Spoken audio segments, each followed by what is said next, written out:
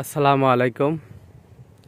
সুপ্রিয় কৃষিপ্রেমী, ড্রাগনপ্রেমী দর্শক শ্রোতা সবাইয়ের শুভেচ্ছা রইল আমাদের ডিম ড্রাগন অ্যাগ্রো ফার্মের পক্ষ থেকে। সুপ্রিয় দর্শক, আজকে মে মাসের 7 তারিখ 2024 সাল।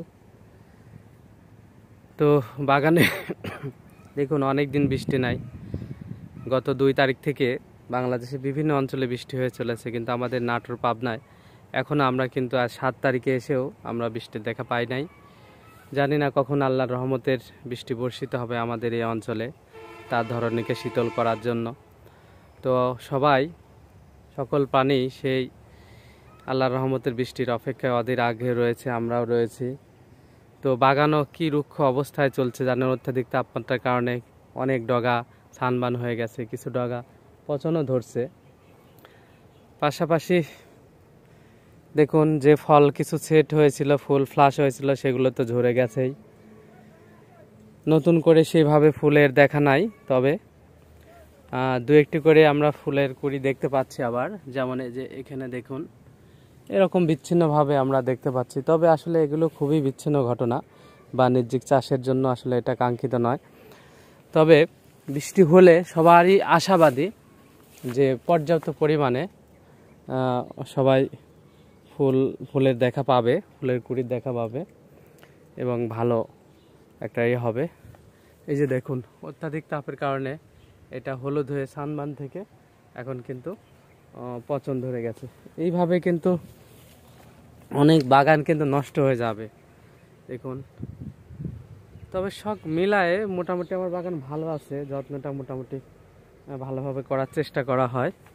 তবে তারপরেও 2-4টা ডগা নষ্ট হবেই, পচে যাবে, এটা স্বাভাবিক বিচ্ছিন্ন ঘটনা। তবে আল্লাহর রহমতের বৃষ্টি বর্ষিত হলে এবং কিছু পরিচর্যা করলে তখন কিন্তু আমরা ভালো মোটামুটি ফলাফল পাবো আমরা আশা করি। তবে এই যেগুলো বেশি হলুদ আছে, বৃষ্টির পরে দেখবেন এই জায়গাগুলো কিন্তু পচে যাচ্ছে। আসলে পচে গেলে তখন আমরা আসলে কি করব? পচে গেলে অবশ্যই পচন ধরলে আমরা অবশ্যই আজস্টোবিন এবং ডাইফেনকোনাজল এই 2টা গ্রুপ মিলে যে ছত্রাকনাশক আছে, যেমন সেঞ্চুরির সিজোফেন অথবা সিনজেন্টার অ্যামস্টার টপ, আর অন্যান্য কোম্পানি আছে, আমি এই 2টাই ব্যবহার করেছি। তো এর সাথে আপনারা কার্বনডাজিম গ্রুপের একটা ছত্রাকনাশক দিয়ে আপনারা স্প্রে করবেন। প্রতি লিটারে আপনার 2 গ্রাম 2 মিলি করে, সিজোফিন বা অ্যামস্টারটপ হলে 2 মিলি, কার্বনডাজিম গ্রুপেরটা 2 গ্রাম হারে এইভাবে দিয়ে একদম ভালো করে গোটা গাছেই দিবেন। তবে যেখানে যেখানে বেশি হলুদ বা পচা ধরছে ওই জায়গাগুলো বেশি দিতে পারে, অথবা শুধু পচা ধরছে এবং হলুদ আছে শুধু সেই জায়গাগুলোতে দিলে ভালো রেজাল্ট পাওয়া যাবে। এই কাজটা আপনারা করবেন যখনই বৃষ্টি হয়, বৃষ্টির পরে পচন ধরবে, তখন কিন্তু এই কাজগুলো করলে আপনার গাছের পচা ডগাগুলো পচনটা আপনার থেমে যাবে এবং ভালো হয়ে যাবে মোটামুটি। নতুন করে আর পচা বৃদ্ধিটা হবে না। তো সুপ্রিয় দর্শক, ভিডিওটি এখানে শেষ করছি। এই ছোট্ট কিছু কথা আলোচনা আপনাদের সামনে শেয়ার করার জন্য এই ভিডিওটি।